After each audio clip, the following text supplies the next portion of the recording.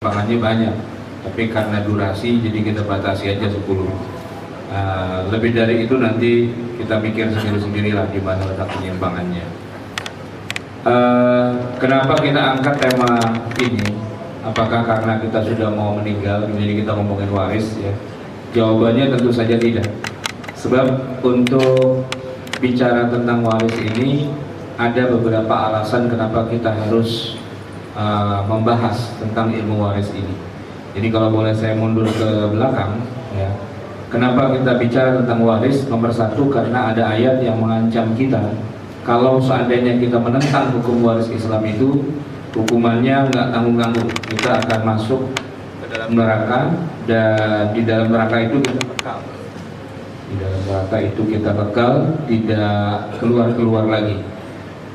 Ayatnya adalah surat An-Nisa ayat 14, di mana Allah Subhanahu wa taala berfirman, bisa dilihat di layar itu, "Wa may ya'sillaha wa rasulahu", orang yang bermaksiat kepada Allah dan Rasulnya, wa yata'adda, dan menentang.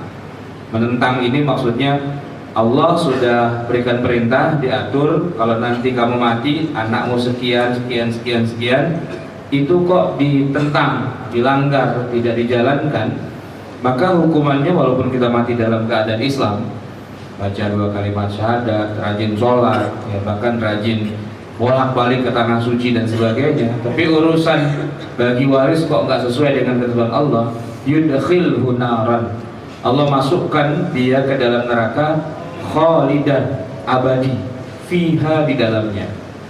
Jadi ini Pak, hukumannya beda tipis aja sih sama hukuman buat orang kafir.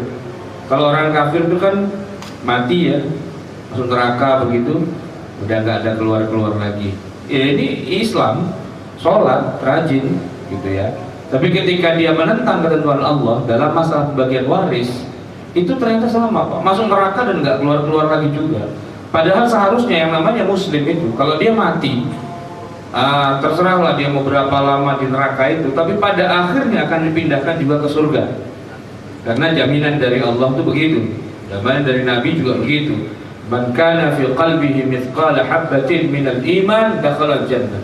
Orang yang di dalam hatinya ada secuil aja iman, itu pasti masuk surga. Urusan dia masuk neraka dulu berapa lama itu kan masalah timbangan amalnya, gitu ya. Man qala la ilaha illallah dakhala jannah. Siapa yang mengucapkan la ilaha illallah pasti masuk surga. Mampir ke neraka tergantung apakah dosanya lebih banyak daripada pahalanya. Itu aturan bakunya. Tapi yang namanya aturan itu ada anomali, kadang-kadang tidak berlaku. Nah, pengecualian atau anomalinya itu salah satunya adalah menentang hukum waris. Hukum waris Allah sudah panjang lebar cerita di Quran, siapa ahli waris itu, ya kan? Dan masing-masingnya dapat berapa? Ternyata dilawan, ditentang, ya, diinjak-injak dan seterusnya. Marahnya Allah itu sampai mengatakan bahwa yudkhilhu naran khalidan fiha, dimasukkan ke dalam neraka dan nggak keluar-keluar lagi. Kalau boleh kita bilang, kalau gitu sama aja orang kafir dong. Enggak sama, karena kalau jenazahnya ini mati ya Pak, sebagai muslim tetap wajib kita mandikan, kita kafani, kita sholatkan, kita kuburkan di kuburan orang Islam. Itu di dunianya. Tapi urusan di akhirat itu kan urusan Allah. Itu masuk nerakanya nggak keluar-keluar lagi. Menentang hukum waris. Jadi jangan sampai kita masuk dalam kategori orang yang menentang. Gimana caranya? Ya kita belajar. Yang kedua, Allah jelaskan secara langsung dia hukum waris dalam Al-Quran. Ayat 11, ayat 12 itu adalah ayat yang tegas sekali menyebutkan siapa saja ahli waris itu dan masing-masing dapat berapa. Surat An-Nisa 11-12 rinci. Bahkan ibadah yang lain Pak, itu malah nggak rinci. Kita memang tahu sholat itu wajib tiang agama, ya kan, sehari 5 waktu. Tapi detail sholat, apakah itu rukunnya, syaratnya, apa yang membatalkan, nggak ada Pak di Quran itu detailnya. Semuanya malah adanya cuma di hadis. Puasa itu ada di Quran, kutiba alaikumusiyam. Tapi apa saja yang membatalkan puasa, mulai jam berapa sampai jam berapa, itu tidak ada detailnya di Quran. Adanya di hadis. Haji itu watimul hajja wal umrata lillah, perintah secara globalnya ada di Quran. Tapi apa syarat rukun yang membatalkan haji, gimana ihram, apa yang boleh, apa yang tidak boleh, detailnya nggak ada di Quran, adanya di hadis. Tapi waris Pak, detailnya saja sudah ada di Quran. Jadi kalau sampai detail dari pembagian waris ini tidak kita jalankan, padahal Allah sudah jelaskan langsung, itu sama dengan kita menginjak-injak Al-Quran. Nah, di sisi yang lain Nabi SAW perintahkan secara khusus buat kita untuk belajar. Bukan cuma disuruh membagi waris Pak, tapi disuruh belajar dan mengajar. Dua poin ini yang membuat kita siang ini duduk di sini Pak. Nanti di akhirat kita bilang, ya Rasulullah, saya sudah duduk di sini, saya sudah belajar, dan insya Allah besok saya ngajar, gitu ya Pak ya. Perintah Nabi secara khusus itu bunyinya adalah ta'allamul fara'idha wa'allimuha. Kalian, wahai umatku, ta'allamu, belajarlah ilmu fara'id, ilmu bagi waris. Wa'allimuha, dan ajarkan. Fa'innahu nisful ilmi. Bobot dari belajar ilmu waris ini seperti setengah dari semua ilmu agama yang Allah turunkan. Bobotnya Pak, gitu, nilainya. Kalau masalah-masalahnya tentu nggak terlalu banyak dibandingkan masalah sholat. Saya bikin kitab fikih sholat tebalnya 1200 halaman. Saya bikin kitab waris ya tebalnya cuma 400. Kalau bicara tentang jumlah masalah-masalah yang perlu dibicarakan. Tapi bicara bobotnya, ternyata ilmu waris ini bobotnya separuh atau setengah dari semua ilmu yang Allah turunkan. Artinya kalau kita sudah menguasai ilmu waris, setidak-tidaknya separuh dari kewajiban kita belajar ilmu agama sudah dapat. Tinggal kita sempurnakan yang setengahnya lagi, kira-kira begitu. Dan para ustadz, para kiai, para penceramah, para mubaligh ini punya tantangan berat untuk belajar. Sebab ente ustadz, ente ngajar agama, nggak ngerti waris, ilmu ente separuhnya aja belum ada, ya kan? Jadi kalau mau tahu nih ustadz nih beneran apa gadungan, gitu ya, tanyain aja masalah waris. Gitu. Kalau dia bisa jawab, berarti dia minimal udah setengah ilmu dia punya. Tapi kalau ilmu waris dia nggak ngerti, dia bilang wah jangan nanya saya, nanya aja sama ustadz beneran. Nah kata-kata ini sudah disebutkan bahwa nanya sama ustadz beneran. Kalau berarti kita kan ustadz bohongan, gitu ya. Nah, terus kenapa Nabi mewajibkan itu? Karena wahuwa yunsa. Ilmu farad ini dilupakan orang. Wahuwa awwalu ma yunza'u min ummati, dan termasuk syariat Islam yang pertama kali akan dicabut. Ya kan nanti di akhir zaman itu Islam hilang, ya. Nah, hilang itu gara-gara ilmu tentang agama Islam itu lama-lama hilang. Lama-lama tulisan di mushaf itu pun hilang juga. Tapi itu bagian akhir, Pak. Di awal-awalnya orang Islam banyak, yang bisa waris nggak ada. Nah itu sudah Nabi sebutkan. Oleh karena itu kewajiban kita belajar dan mengajar. Kemudian jamaah sekalian, kenapa kita perlu belajar waris? Karena kalau kita tidak membagi waris dengan benar sesuai dengan syariat Islam, maka sudah bisa dipastikan kita akan makan harta yang haram, yang bukan hak kita. Kenapa? Karena dibagi warisnya tidak benar. Boleh jadi yang kita terima itu ternyata adalah haknya saudara kita, adik kita, paman kita, keluarga kita, yang harusnya dia dapat lebih banyak malah dapat lebih sedikit, dan kita yang harusnya dapatnya sedikit malah lebih banyak. Dan itu berarti kita makan harta yang bukan hak kita.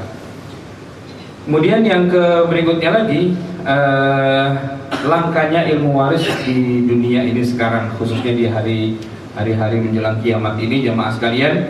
Makanya Nabi menyebutkan ta'allamul fara'idha wa'allimuhun nas, pelajarilah ilmu faraid dan ajarkan pada manusia. Fa inni mru'un maqbudun, kata Nabi, karena saya ini manusia biasa yang bakalan mati. Wa innal ilma sayuqbad, dan ilmu agama ini akan hilang juga, akan dicabut. Wa tazharul fitan, dan kalau ilmu agama sudah nggak ada yang tahu, gitu ya. Orang yang beragamanya banyak, Pak, yang semangat beragama banyak, tapi yang tahu ilmu agama sedikit. Maka yang terjadi, kata Nabi, adalah wa tazharul fitan. Fitnah itu akan menyebar di mana-mana. Fitnah ini jangan diartikan fitnah itu menuduh orang dengan tuduhan yang tidak benar. Itu bukan fitnah, itu fitnah pakai p, gitu Pak ya. Nah, sedangkan fitnah dalam bahasa Arab tidak ada satupun yang artinya menuduh orang lain dengan tuduhan yang tidak benar. Ini kita seringkali salah kaprah. Makanya baca ayat wal fitnatu asyaddu minal qatli, fitnah itu lebih kejam daripada pembunuhan. Kita nuduh orang dengan tuduhan yang tidak benar itu dikatakan lebih kejam daripada membunuh. Ya kalau gitu kita bunuh aja sekalian, kan lebih kejam nuduh gitu. Itu Pak, orang nggak ngerti bahasa Arab, nggak tahu tafsir, baca ayat diterjemahin sekenaknya, jadinya begitu Pak. Sesat, menyesatkan. Makna fitnah itu bukan menuduh orang lain dengan tuduhan yang tidak benar, nggak ngerti gitu. Fitnah itu artinya chaos, kekacauan, orang berbunuh-bunuhan, perang. Makanya dikatakan fitnah kubro, ya kan? Apa itu? Kekacauan yang sangat besar. Al fitnah bainas sahabah, fitnah di antara para sahabat. Maksudnya apa? Waktu itu para sahabat perang satu sama lain, saling membunuh, berbunuh-bunuhan, ya kan? Satu ngebunuh, balas lagi ngebunuh, balas lagi ngebunuh, terus gitu. Nah itu namanya fitnah. Makanya dikatakan wal fitnatu asyaddu minal qatli. Perang itu lebih kejam daripada ngebunuh cuma satu orang. Jadi fitnah itu maksudnya perang, kekacauan, chaos, itu maksudnya. Bukan nuduh orang dengan tuduhan yang tidak benar. Ya itu tidak boleh juga, tapi dalam bahasa Arab bukan fitnah namanya, ya, tapi ta'an. Ta'an itu yang menuduh. Nah gitu. Makanya belajar bahasa Arab yang benar, jangan jadi ustadz nggak bisa bahasa Arab. Hatta yakhtalifal isnan, sampai ada dua orang Islam saling berbeda pendapat dalam masalah fardhah, dalam masalah waris, la yajidani man yaqdi biha, dan tidak menemukan orang yang bisa menyelesaikan urusan waris ini. Ustadz banyak Pak, kiai banyak gitu. Orang yang ngaku sebagai penceramah mubalik itu banyak, yang duduk di sini tuh banyak gitu loh. Tapi yang ngerti waris bisa dihitung dengan jari gitu. Oleh karena itu sampai Nabi yang cerita di akhir zaman itu ustadz nggak ngerti waris gitu. Nggak ngerti, karena jadi ustadznya mendadak Pak. Udah capek jadi artis, insaf jadi ustadz gitu kan. Udah capek jadi badut, jadi pelawak, ceramah enak, menarik, orang ketawa, jadi ustadz gitu kan. Jadi menjabat, bosan, capek, udah nggak kepilih, jadi ustadz. Semua orang hari ini jadi ustadz Pak. Bayangkan kalau semua orang tuh jadi ustadz, ustadz jadi apa? Jadi banyak Pak, ya kan? Ustadz jadi banyak gitu. Nah masalahnya punya kapasitas enggak? Nah gitu. Ada nggak ilmunya? Saya bilang begini Pak, kalau ada seorang Kristen masuk Islam, tadinya pendeta, terus insaf dapat hidayah masuk Islam, terus ceramah, boleh nggak Pak? Boleh nggak? Tergantung dia ngomong apa dulu, ya kan? Kalau dia pendeta masuk Islam, dia cerita bagaimana perjalanan dirinya mendapatkan hidayah untuk memotivasi kita, oke kan?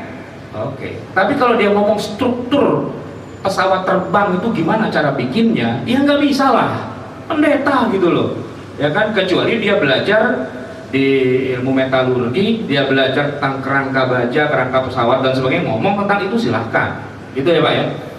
Begitu juga kalau dia artis gitu kan, tiap hari ngomong berapa bayaran saya, berapa saya show di mana dan sebagainya. Tiba-tiba begitu ngomong agama, mentang-mentang ikut sinetron Islami gitu ya, atau lebaran itu wah banyak acara-acara berbau Islam, kok pantas ya kalau dipakein kerudung, kok pantas ya kalau dipakein peci dan baju koko, tiba-tiba bikin program di TV jadi ustaz gitu. Kalau ngomongnya gini Pak, saudara-saudara, janganlah ngejar-ngejar dunia terus ya, kita juga harus mikirin akhirat, yuk kita ngaji, yuk kita belajar, boleh nggak? Boleh. Tapi kalau dia ngomong ini bid'ah ya, Nabi tidak pernah mengajarkan, setahu saya Nabi nggak pernah bilang gitu loh. Artis nggak pernah belajar bahasa Arab, nggak pernah belajar fikih, tiba-tiba ngomong bid'ah, itu kan dolalah, dolun mobil, sesat dan menyesatkan. Kenapa? Berapa kitab yang pernah ente baca gitu loh, berapa ulama yang pernah ente ketemu, ya kan? Baru tumben ngaji, tiba-tiba nyalah-nyalahin semua orang, sesat, yang benar saya doang. Nih baca nih Iqra jilid 1, lancar nggak? Gitu loh. Baca aja pletot-pletot, kemudian tiba-tiba dia merasa dirinya syekhun kabir. Semua orang salah dan saya yang paling benar. Ustadz apaan kayak gitu? Nah jamaah sekalian, di akhir zaman ustadz begituan yang banyak. Kalau antum tahu Ustaz itu gadungan apa bukan, tanya tentang bagaimana pembagian waris. Pak, kakek saya meninggal, ya kan?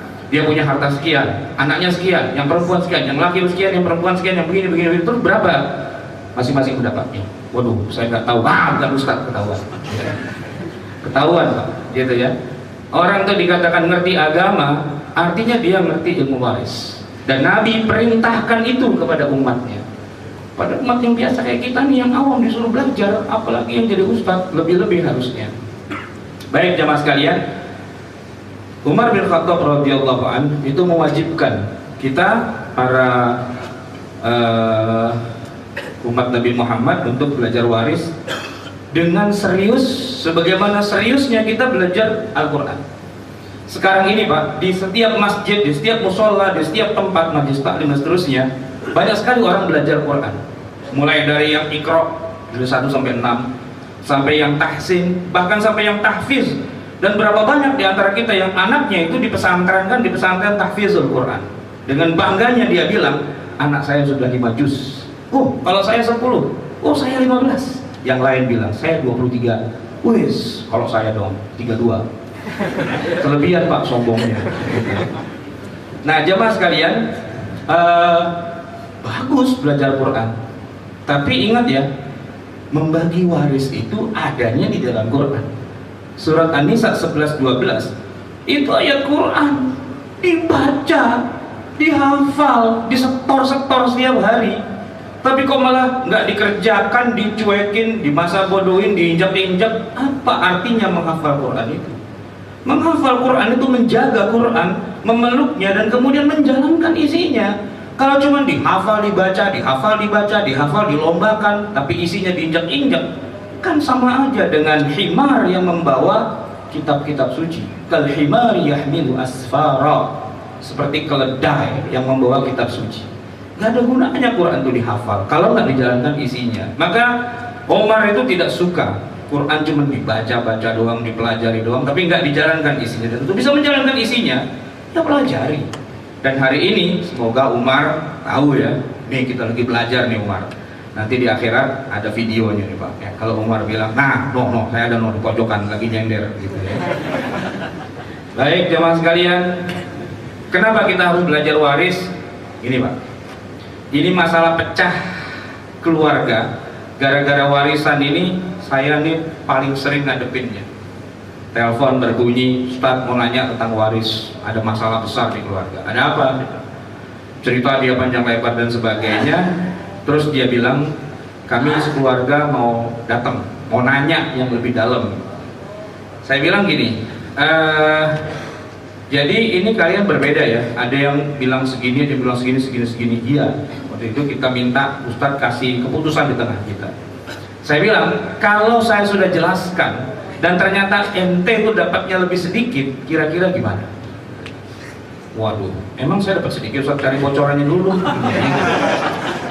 Jadi ngundang saya untuk ceramah di tengah keluarganya, tapi dengan syarat gitu, kasih bocoran dulu Ustadz, kita kira-kira dapatnya berapa gitu.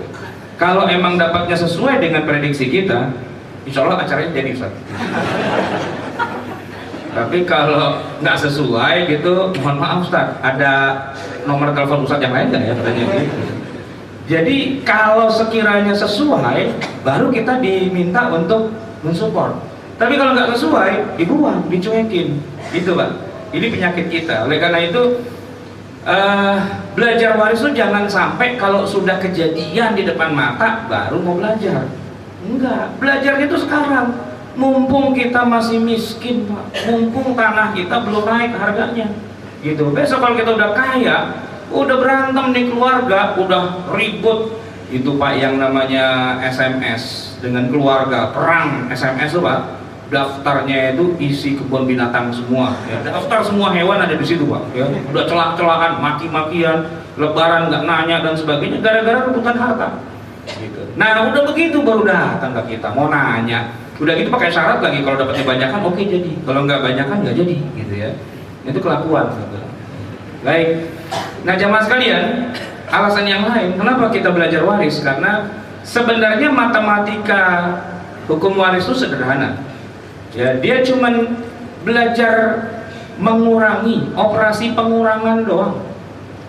1 dikurang setengah berapa? Setengah, ya kan? 1 dikurang sepertiga berarti tinggal sepertiga, kan gitu. 1 dikurang 1/8 dan setengah. 1/8 dan setengah itu jadi berapa? 1/8 dengan setengah. Setengah itu kan sama dengan 4/8. 1/8 dengan 4/8 5/8, ya kan? 1 itu 8/8 kan? Gampang banget itu. Kita belajar waris, Pak, nggak perlu kalkulator, nggak perlu komputer, nggak perlu belajar matematika yang tingkat tinggi, tidak perlu belajar kalkulus, linier, sinus, kosinus, tangen, nggak perlu, ya kan? Kita cuma belajar operasi 1 dikurang 1/4, 1 dikurang 1/6, begitu doang. Kelas 5 SD bisa, gitu. Nggak usah pakai kertas, nggak usah pakai pulpen, langsung ketahuan. Suami, istri, anak. Suami meninggal, istri udah pasti dapat 1/8. Sisanya buat anak. Berapa anaknya? Ya 7/8. Kalau dipakai perperan, sekarang pakai realita aja. Suami waktu meninggal duitnya 8 M, ember maksudnya gitu ya. 8 M. Kalau suami itu meninggal, istrinya dapat 1/8. 1/8 dari 8 M itu berapa? 1 M kan? Sisanya kan 7/8. Jadi berapa? Udah gitu doang, gampang banget gitu. Nggak pakai kertas, nggak pakai pulpen, nggak usah pakai kalkulator, gampang. Nah kalau anaknya 2, ya yang 7 M bagi 2, gitu aja. Nah kalau anaknya 2, 1 laki 1 perempuan, 7 M bagi 3, karena anak laki-laki selalu jadikan 2, seolah-olah 2 orang anak perempuan. Jadi kalau kita punya anak laki 1, anak perempuan 1, seolah-olah kita punya anak 3. Nah sisanya yang tadi diambil dari 1/8 7/8 dibagi 3, yang anak laki dapat 2, anak perempuan dapat 1, gitu doang, selesai. Yuk kita tutup. Gitu aja sebenarnya, ya kan? Mungkin ibu-ibu nanya, itu kan kalau istrinya 1, Ustaz, kalau istrinya 2, ya 1/8 bagi 2, ya 1/8 bagi 2. Jadi 1/16 kan. Kalau tadi dapatnya 1 miliar, ya belah 2 lah, ya. Istri tua dapat setengah M, istri muda dapat setengah M. Itulah kenapa para wanita nih, ya Pak, nggak mau dimadu. Kenapa? Ngurang-ngurangin jatah, gitu kan? Nggak mau dia dimadu. Coba ntar pulang bilang sama istri, "Mah, menurut mama gimana kalau papa kawin lagi?" Hah? Gitu. Gak mau dia dimadu. Boleh sih saya dimadu, tapi papa diracun. Ya sama aja. Gitu. Nah, alasan yang terakhir kenapa kita duduk di sini belajar ilmu waris, karena banyaknya penyimpangan dan dari tadi kita belum masuk materinya, Pak. Baru kenapa gitu ya. 10 penyimpangan pembagian waris di Indonesia. Ini nggak jadi 10 kali ya, paling cuma 3 kali. Pertama, Pak, yang sering terjadi di tengah masyarakat kita bagi waris, anak laki-laki selalu disamakan dengan anak perempuan, padahal itu bertentangan dengan ayat Allah Subhanahu wa taala di dalam surat An-Nisa ayat 11, yusikumullahu fi auladikum lidzakari mithlu hadzil untsayain. Untuk anak laki-laki itu seperti 2 porsinya anak perempuan. Nah, di masyarakat kita nggak peduli, Pak. Ya dianggapnya ayat ini angin lalu saja. Ini kan ayat padang pasir. Ini kan Arab zaman jahiliyah, gitu ya. Sekarang kan udah modern, sudah ada Raden Ajeng Kartini, sudah ada Dewi Sartika, itu dekat Kampung Melayu, ya kan? Artinya sudah zaman toleransi lah, sudah zaman martabat. Wanita tuh sekarang sudah pada gelar doktor dan sebagainya, malah jadi menteri, jadi presiden dan sebagainya. Masa perempuan masih dapat setengah aja dari laki-laki? Itu kan bias gender, kan gitu ya. Banyak tuh Pak aktivis perempuan yang seperti itu. Dan bukan cuma aktivis perempuan, ustadz, kiai dan sebagainya begitu. Ya, kalau bicara ngomong agama kencang banget, tapi giliran keluarganya bagi waris, ya sudahlah, musyawarah mufakat aja ya, gak usah pakai hukum-hukum segala agama begini. Yang penting kan ridho sama ridho. Anak laki disamain anak perempuan, dia ridho. Anak perempuan juga ridho. Kenapa nggak disamain aja? Itu kan logikanya. Kelihatannya cerdas Pak, padahal geblek gitu. Kelihatannya cerdas, tapi geblek. Kenapa? Ini ada ayat zahir tidak ada khilafiyah. Saya kan jagonya khilafiyah, Pak. Dengan ini saya katakan tidak ada khilafiyah di antara para ulama tentang laki dapat 2, perempuan dapat 1. Cari ke semua kitab sampai botak, sampai pitak, itu nggak akan ketemu. Ya, yang mengatakan bahwa ya disamakan, itu enggak. Walaupun ridho, ya tetap aja nggak boleh. Gitu. Kalaupun misalnya nanti gimana Ustaz, kita bagi dulu 2:1, setelah itu ntar kita bagi rata, gitu. Terserah. Yang penting 2:1 dulu. Ya, kita mau nih Pak ya. Saya misalnya sebagai anak laki-laki, ya kebetulan alhamdulillah saya sudah cukup dah. Kalau ngarepin warisan nggak terlalu lah. Cuman saya kasihan nih adik saya perempuan, hidupnya belangsak begitu, mana lakinya nggak pulang-pulang, 3 kali lebaran, 3 kali toyib banget gitu ya. Nah, waktu bagi waris saya bilang gini aja deh, saya rela ya aturan saya dapat 2M, adik saya dapat 1M, gitu ya. Saya rela deh gitu, saya kasih aja yang setengah M, jadi kita sama 1,5 gitu. Boleh nggak? Nggak boleh gitu, karena Allah itu ngaturnya 2:1. Ya sudah, 2:1. Setelah dibagi masing-masing dapat haknya, majelis pembagian saham itu sudah ditutup. Tok, wassalamualaikum warahmatullahi wabarakatuh. Nah, setelah itu kita mau ngasih ke adik kita, terserah gitu ya. Yang setengah M boleh, 1M boleh, 2M semua juga boleh kalau mau, nggak apa-apa. Yang penting pembagian warisnya sudah selesai. Nggak boleh langsung di bypass Pak, nggak boleh. Kan ridho sama ridho, nggak bisa juga. Kenapa? Gini, laki-laki hidung belang ketika datang ke rumah bordil, ke tempatnya wanita penghibur gitu ya, itu Pak niatnya ikhlas banget, ya kan?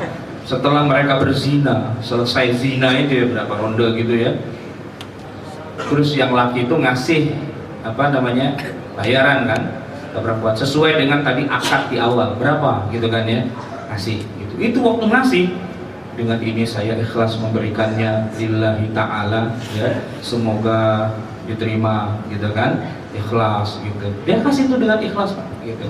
Ngasihnya pakai bismillah lagi gitu. Bismillah gitu.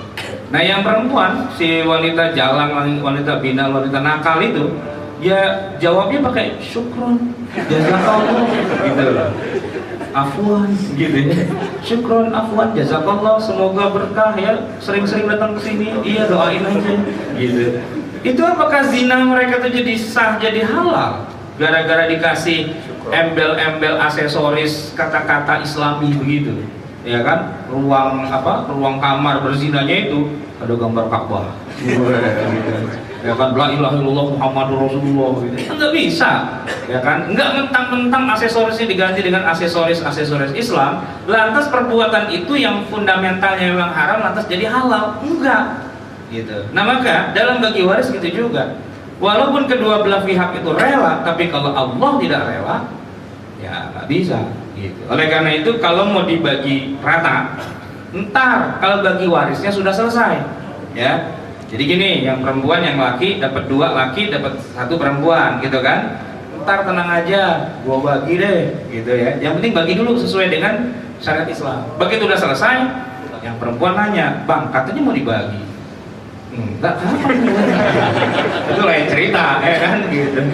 Enggak, perasaan enggak ngomong gitu. Enggak, nih abang bilang begitu ya. Terserah deh diatur begitu ya. Yang pertama. Yang kedua, bagi waris sejak masih hidup. Ini juga kekeliruan yang sering terjadi. Kita tonton bareng-bareng di tengah pentas kehidupan kita sehari-hari. Walaupun keluarga itu keluarga Islami, yang waktu nikah itu ada doanya ya. Wah, semoga menjadi keluarga yang sakinah, mawaddah dan warohmah gitu. Udah pakai dan pakai warohmah juga gitu ya. Ya nggak apa-apa lah, namanya orang awam kasihan gitu ya. Tapi gini jamaah sekalian, bagi waris kok masih hidup, itu di mana letak salahnya? Letak salahnya adalah yang namanya waris itu tidak dilaksanakan kecuali yang punya harta sudah isdet, mati dulu syaratnya gitu loh. Lah kok ini orangnya masih hidup dia bagi waris? Itu namanya bukan bagi waris Pak, bagi-bagi harta ya, istilahnya hibah. Dan kalau udah bukan bagi waris atau bagi harta atau hibah dan sebagainya, ini nggak ada kaitannya dengan hukum waris. Boleh nggak orang masih hidup bagi-bagi harta kepada anak, istri, cucu dan sebagainya? Boleh nggak? Boleh-boleh saja, tapi jangan bilang itu adalah pembagian waris. Dan jangan gerecok, karena yang sering terjadi ini yang ketiga Pak, ada istilah hibah tapi waris juga. Nah, gitu. Katanya udah dihibahin, kenapa dibagi waris lagi? Kalau memang masih hidup dia bagi-bagi Pak. Misalnya nih ya, saya punya anak 3, masih hidup sayanya, saya kasih ini rumah, ini rumah, ini rumah. Yang satu kasih yang di Pondok Indah gitu ya, satu lagi yang di Pondok Indah sebelahnya, maksudnya Pondok Pinang gitu ya. Yang di BSD, satu lagi yang di mana, di Cibubur apa di mana gitulah ya. Kan dikasih tuh Pak. Itu namanya bukan waris, itu namanya hibah. Oke? Nah, kalau itu namanya hibah, saat itu juga rumah itu sudah berpindah kepemilikan. Sudah jadi milik orang yang saya kasih itu. Nah, kalau nanti saya mati dan saya masih punya harta, harta saya tetap dibagi waris dan mereka semua dapat lagi tanpa dihitung yang tadi sudah dikasih hibah. Gitu, ya Pak ya. Cuman yang terjadi di tengah masyarakat kita nggak begitu Pak. Anak itu udah dikasih hibah, giliran bagi waris, anak itu lo kan udah dapat hibah, lo nggak usah dapat lagi, gugur hak warisnya. Ini yang terjadi di tengah masyarakat. Padahal yang namanya hibah ya hibah, waris ya waris. Jangan dicampur aduk menjadi hibah waris. Contoh lain lagi Pak, harta bersama suami istri. Ini juga bermasalah banget. Gini, di dalam surat An-Nisa ayat 11 dan ayat 12 Allah sudah menyebutkan dengan tegas, kalau kita laki-laki nih Pak ya, punya istri, istri kita itu akan mendapatkan harta dari kita, warisan sebesar 1/8 kalau kita nih meninggal. Tapi kalau sebaliknya, yang meninggal itu istri kita, maka kita akan menerima warisan dari harta istri kita 1/4.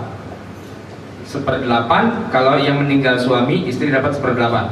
Tapi kalau yang meninggal istri, suami dapat 1/4. Itu aturannya, ya. Dan akan berubah nanti kalau almarhumnya tidak punya anak. Istri kita, ya, mendapatkan bukan cuma 1/8, 2 kali lipat dari 1/8, yaitu 1/4. Kalau kita waktu suaminya ini meninggal, kita nggak punya anak yang mewarisi harta kita. Jadi jatahnya istri jadi dapat 2 kali. Sebaliknya kalau yang meninggal istri kita, kalau dia punya anak, entah dari saya atau dari suami-suami sebelumnya, pokoknya dia punya anak dan dapat warisan, maka saya dapatnya 1/4. Kalau dia nggak punya anak, saya dapatnya double dari 1/4, yaitu setengah dari harta istri. Kan begitu aturannya dalam Al-Quran. Sekarang Pak, di Indonesia gimana cara melaksanakan ayat ini? Lawang hartanya itu nggak jelas. Ini harta suami apa harta istri? Di Indonesia Pak, semua harta itu jadi harta bersama antara suami dengan istri, tidak dibedakan. Sehingga ketika mau dibagi waris, ini rumah siapa ya? Apakah rumah suami, apa rumah istri? Nggak jelas. Kenapa? Karena bikinnya bareng-bareng, ya. Suami nyicil, istri nyicil, suami nyicil, istri nyicil. Akhirnya ini suami dengan istri memiliki rumah ini secara bersama-sama, tapi nggak jelas berapa kepemilikan saham masing-masing antara suami dengan istri. Kalau nggak jelas, terus yang mau dibagi waris yang mana? Padahal seharusnya yang dibagi waris itu kalau suami meninggal hanya harta suami, ya kan? Harta istri nggak usah dibagi waris. Kenapa? Ya karena istri itu masih hidup, ngapain dia mewarisi hartanya sendiri, gitu kan? Itu kalau di negeri-negeri Islam Pak, dari awal memang sudah dipisah antara suami dengan istri. Hartanya masing-masing ketahuan. Kita di Indonesia ini rata-rata nggak jelas. Ini rumah punya siapa sebenarnya? Bingung, ya kan? Tanah punya siapa? Bingung. Kendaraan punya siapa? Karena nyarinya bareng-bareng. Nah sebenarnya bukannya salah sih kalau orang punya harta itu bersama. Yang penting pembagian saham di antara kedua, kepemilikannya itu harus pasti.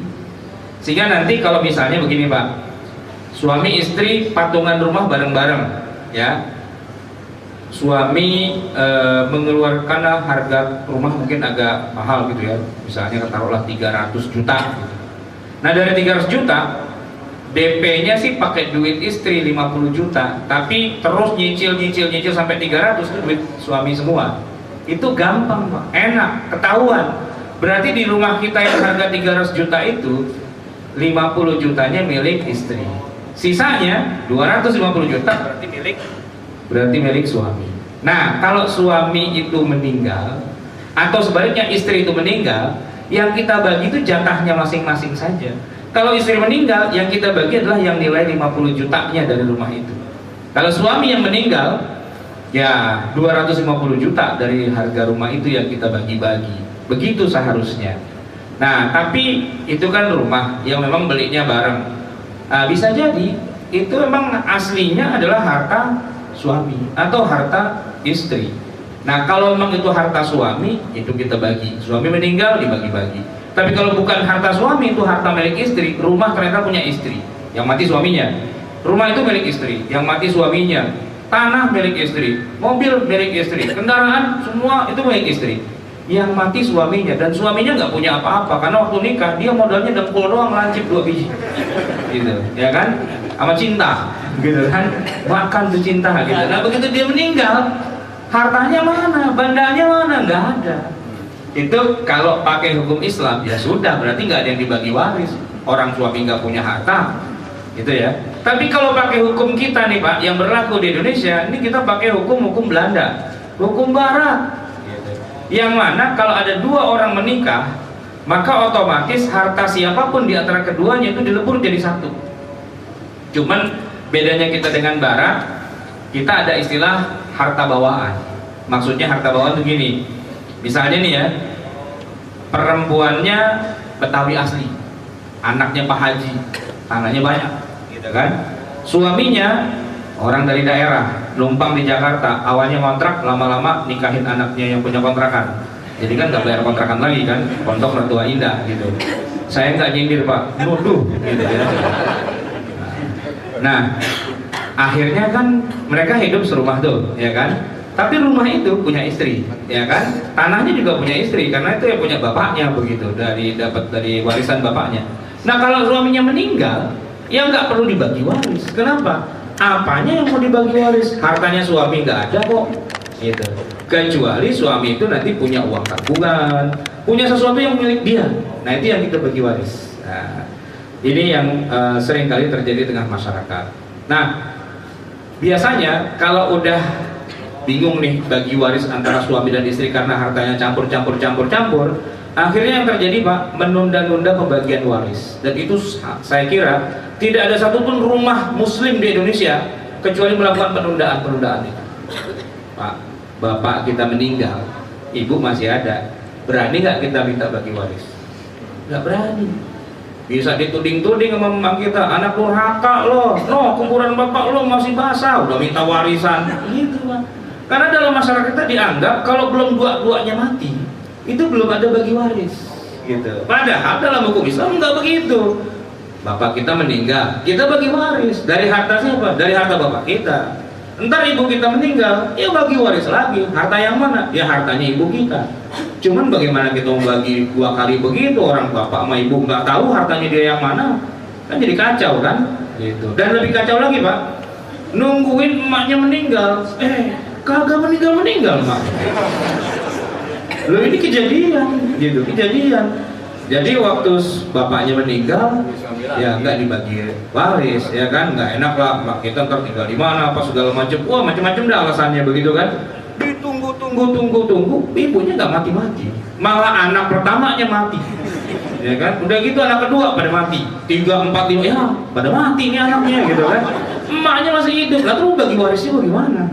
Kalau nungguin emaknya dulu meninggal, sementara calon ahli warisnya pada mati duluan, gitu. Ada juga yang kesel, emaknya kagak mati-mati Pak, udah tua emak nggak mati-mati juga, kapan bagi waris kita? Emaknya diajak piknik ke Monas Pak, dijorokin, gitu. Ya malah nggak dapat akhirnya, kenapa ngebunuh orang tuanya sendiri, gitu. Nah sebenarnya solusinya dalam agama Islam tuh gini Pak, kesalahan kita adalah menganggap bagi waris itu sama dengan jual rumah, gitu Pak. Bagi waris itu sama dengan jual dapat duit. Ini kekeliruan yang harus kita luruskan. Bukan, bagi waris itu bukan dijual, bukan bagi-bagi duit. Bagi waris itu sekedar memastikan ini aset rumah misalnya ya, tadinya dimiliki oleh satu orang, yaitu bapak kita. Begitu dia meninggal, hak kepemilikannya kan hilang. Namanya orang mati itu nggak bisa jadi pemilik, Pak. Gitu. Berarti siapa yang jadi pemilik dari rumah ini? Ya ahli warisnya. Siapa? Biasanya nggak cuma satu. Ahli warisnya ada istrinya, ada anak laki, ada anak perempuan. Nah sekarang majelis pembagian waris itu intinya cuma begini. Ini rumah pemiliknya udah meninggal, yaitu bapak kita, dan kita sekarang adalah ahli warisnya. Nyok, kita tetapin siapa yang jadi pemilik rumah ini sekarang.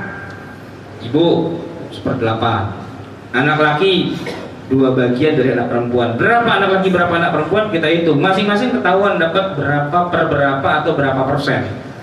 Sudah ketahuan, sudah. Mari kita tutup majelis ini. Wassalamualaikum warahmatullahi wabarakatuh. Selesai. Jadi pemiliknya sekarang sudah ditetapkan. Nah terus kapan bagi-bagi duit? Enggak ada bagi-bagi duit. Bagi waris itu bukan bagi-bagi duit. Bagi waris itu bagi-bagi saham kepemilikan atas suatu aset. Nah terus kalau kita mau jual, ya rapat pemilik saham namanya. Lain lagi, itu ada bab yang kedua, ya kan? Nah kalau pemilik sahamnya satu pengen jual, satu bilang enggak, ya nggak bisa. Misalnya ada anak satu nih bilang saya pokoknya pengen jual, yang lain bilang enggak, gitu ya, nggak bisa. Suara dia kan kalah dengan suara mayoritas. Ya kalau mau gini aja, ente pengen jual aja ke saya deh, sama abangnya nih, ya. Abang, lu jual aja ke gua. Berapa harga yang diminta? Segini, ya nggak bisa. Tawar dapat, ya kan? Harusnya dijual ke pihak lain, tapi kalau yang lain nggak setuju ya jual ke dalam aja sesama pemilik saham. Kalau emang deal sepakat bayar selesai ya, berarti hak ente di rumah ini sudah nggak ada. Ya selesai, berarti udah pergi kasih duitnya, selesai. Besok kalau rumah ini dijual laku 10 kali lipat dari harga sekarang, ya dapat uang kerahiman aja gitu ya, uang denger gitu kan. Nah gitu ya, kenapa? Dia sudah jual haknya ke dalam internal pada pemilik. Nah begitu juga ketika kita kan nggak mau jual gara-gara begini. Kalau rumah ini kita jual, bapak kita meninggal, ntar emak kita tinggal di mana, masa kita usir? Gini Pak, emak kita tetap tinggal di rumah itu, walaupun haknya cuma 1/8, nggak apa-apa, ya kan? Yang 7/8 itu hak anak-anaknya. Anak-anaknya tidak perlu ngusir emaknya, ya kan? Apalagi anak-anak sudah pada punya rumah sendiri kan. Putusin, siangnya kita kuburin bapak kita, malamnya kita kumpul, bukan tahlil Pak, bagi waris gitu. Orang kan bilang mata duitan banget sih, belum mau langsung bagi waris. Ente nggak tahu, bagi waris kita nggak seperti yang ente semua. Kalau ente semua kan bagi waris berarti kan jual tanah, berarti kan nyari calo, berarti kan macam-macam gitu. Kalau kita enggak, ini rumah sekarang jadi siapa nih yang punya? Kita tetapin dengan ini yang punya rumah adalah ahli waris. Ahli warisnya satu, ibu kita dapat 1/8 Bu. 1/8. Nah, kita anaknya ada berapa? Ada 4 gitu misalnya kan, laki semua. Nah sisanya 7/8 kita bagi 4 rata, selesai. Wassalamualaikum gitu kan. Nah sudah, bagi warisnya sudah selesai. Bahwa emak kita masih mau numpang di rumah itu, kita anaknya, kenapa jadi kita usir? Ya kan, silakan aja tinggal di tempat rumah itu. Saya Pak punya rumah warisan dari ibu saya yang sampai gini hari nggak pernah saya tempatin Pak. Kenapa? Orang ibu saya rumahnya kampungnya di Jogja gitu. Ya rumahnya ada gede, tanahnya 1000 meter, ya tanahnya seluas 1000 meter, bangunannya 200 meter. Kalau di Jakarta Pak, duit mulu itu, ya kan? Kita kontrakin jadi ATM gedor. Tahu Pak ATM gedor itu? ATM itu dimana-mana kita masukin kartu, kita pencet pin, kan keluar duitnya. Ini enggak usah pakai pencet apa-apa, gedor-gedor dok keluar ya kan, setoran uang kontrakan. Itu ATM gedor Jakarta. Itu kalau tanah 1000 meter bangunan 200 di Jakarta, di Kuningan, kayak mendadak gitu ya. Karena itu di balik Gunung Merapi sono, siapa yang mau ngontrak gitu kan. Yang ada juga saya ngemis-ngemis sama saudara, lu tinggal di sini dah, daripada ntar rumah ini jadi sarang tikus, tolong jagain, tolong apa. Malah saya bayar akhirnya yang jagain rumah itu. Nah itu warisan dari ibu saya, nggak ada yang saya tempatin. Kenapa? Ya nggak harus kan, malah saudara saya yang saudara bukan apa bukan, maksudnya bukan ahli waris gitu ya, yang agak jauh-jauhan, saya suruh tinggal di situ, dia yang nikmatin, boleh nggak? Boleh-boleh aja, asal saya yang punya, itu memang ngasih izin. Nah ibu kita di rumah kita sendiri, ngapain kita usir? Ya udah bu, ibu tempatin di sini sepuasnya, gitu kan? Yang jelas hak ibu di rumah ini 1/8 gitu doang. Kata ibunya, ya udah 1/8, kalau ada yang bocor lo yang berambel-tambelin semua ya, hak saya kan cuma 1/8 doang, merawatnya 1/8 bagian doang. Baik jemaah sekalian, tes habis kalian, ya udah.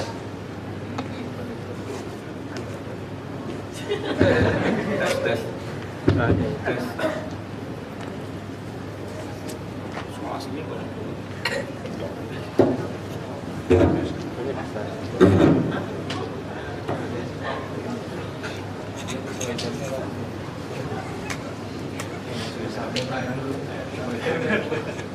Timer sih. Charger kan.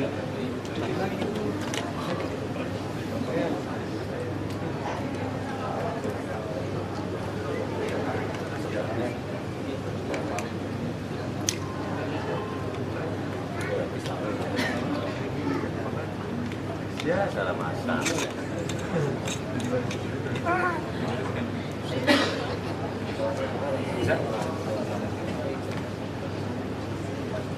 Tes, oke bisa. Tapi karena waktunya sudah habis, kita cukupkan sampai di sini. Ini bagus cuma buat menutup. Karena sudah jam 1 ya, jadi kita tutup. Nanti kalau ada yang penasaran dan sebagainya, ya silakan nanya setelah kita tutup ini. Semoga ilmu kita bermanfaat. Hadanallahu wa iyyakum ajma'in. Wassalamualaikum warahmatullahi wabarakatuh.